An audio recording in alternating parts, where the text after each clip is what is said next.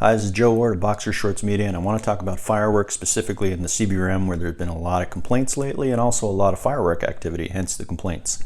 So there's actually more to this issue than just the polarizing nature of it. There are legitimate reasons for people to complain about fireworks that are too frequent, and of course there's legitimate reasons to like fireworks. They're fun. Our home personally isn't really affected by it. It's really a minor annoyance. Our toddler doesn't wake up when they've been going off, and our dog isn't bothered by them. But that's not the case anywhere. So number one is probably animals are highly affected, but we've also got people that have early wake up times and are asleep, really need that sleep, or other people that just simply have trouble sleeping. That's a category that's important to recognize. So basically, if you're irritating animals, or you're waking up children, or you're disturbing people's sleep that really need to rise and get to work, then that's ultimately not a good thing. It's understandable why they wouldn't like that. Now, on the other hand, obviously fireworks are a part of our culture. They're fun, there's reason to have them, and we can't shut them down completely just because other people are impacted every once in a while. But when you live in an urban area and there's lots of neighbors that are very close to your property, obviously that effect is going to be magnified. So there should be a solution that sort of keeps everybody happy without being too excessive on the use of those fireworks.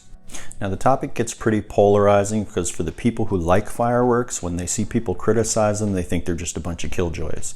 And for the people that are impacted by the fireworks, they tend to think of the people that don't understand why they're impacted as a bunch of. So my focus is going to be a little different. Recently, it was reported in CBC that Escazone had moved to create a policy that was restrictive of fireworks. I actually think what's interesting is when you take issues in the community that are relatively non-complex in nature but do affect people, it's a good measure of how effective the municipal government in this case would be. And I think that there's two forces that sort of make them ineffective. One, they're just simply not that good at creating policy.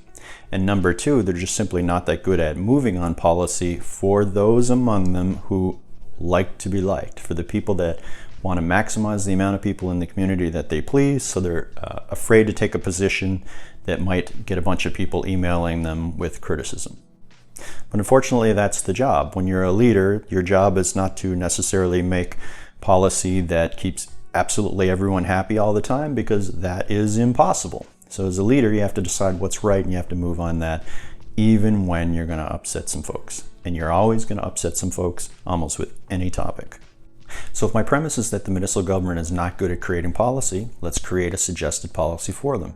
Number one, we don't get rid of fireworks. They're going to stay as a part of our culture. They are fun. There is an appropriate time for them, and the inconvenience that is caused during those times is an acceptable level of disturbance in society, I think. Even though I understand that dogs are not going to care if it's New Year's or if it's Halloween, and people that have to work the next day are still going to be disturbed. That's one of the trade-offs of living in a urban community. So step one is to come up with a list of holidays or events where fireworks would be appropriate and should be allowed. Step number two is to come up with a period of time during the day when these fireworks could be fired off. Obviously, New Year's between midnight and around 1 a.m. makes sense, but also earlier in the evening for the children that are going to be going to bed long before the New Year comes in. Having fireworks fire off all night wouldn't be appropriate, so for each event there should be a time limit on that. But there are other times of the year too when fireworks might be appropriate for given families. For instance, someone might really enjoy fireworks and want to do so for a birthday party. So how do we manage that?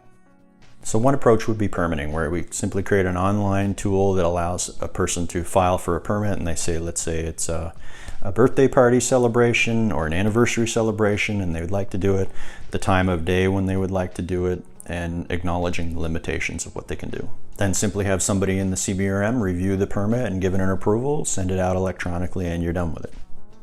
Now, of course, let's state the obvious. It doesn't matter what bylaws or regulations you create, people are still going to abuse it, but putting something in place that is acknowledged and specific beyond the noise ordinances that are already in place will help deter people. They'll realize that this is something that you're actually not allowed to do unless it's an appropriate date and time, or if you have a permit and do so on the appropriate date and time.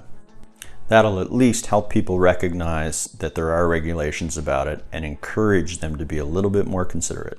Sometimes even when something is not difficult to enforce, a regulation in place is okay because it creates an awareness out there. Some people may be blissfully unaware of why it is that fireworks could be inconsiderate.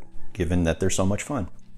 Now, if the CBRM were to put this in place, there's going to be people that are going to grumble, they're going to criticize them, they're going to fire off emails, they're going to talk in social media. Let them. Let them. If you believe that's the appropriate thing to do, then implement it. It's really not that complex. It's just a balance between the things that we like to do to have fun and being considerate while we're doing so. Sometimes there's going to be limits. The CBRM has lots of complex problems that are very difficult to solve. This is not really one of them. So just move on it. Follow Escazoni's lead. Now it's your turn, so tell me what you think of it in the comments. And just before I go, I'd like to send a quick note of thanks to one of my supporters, Gary. I've just launched Boxer Shorts Media in this podcast. He's been helping me spark discussion and keep those discussions rolling. So very much appreciate it, Gary. Thank you very much for your support.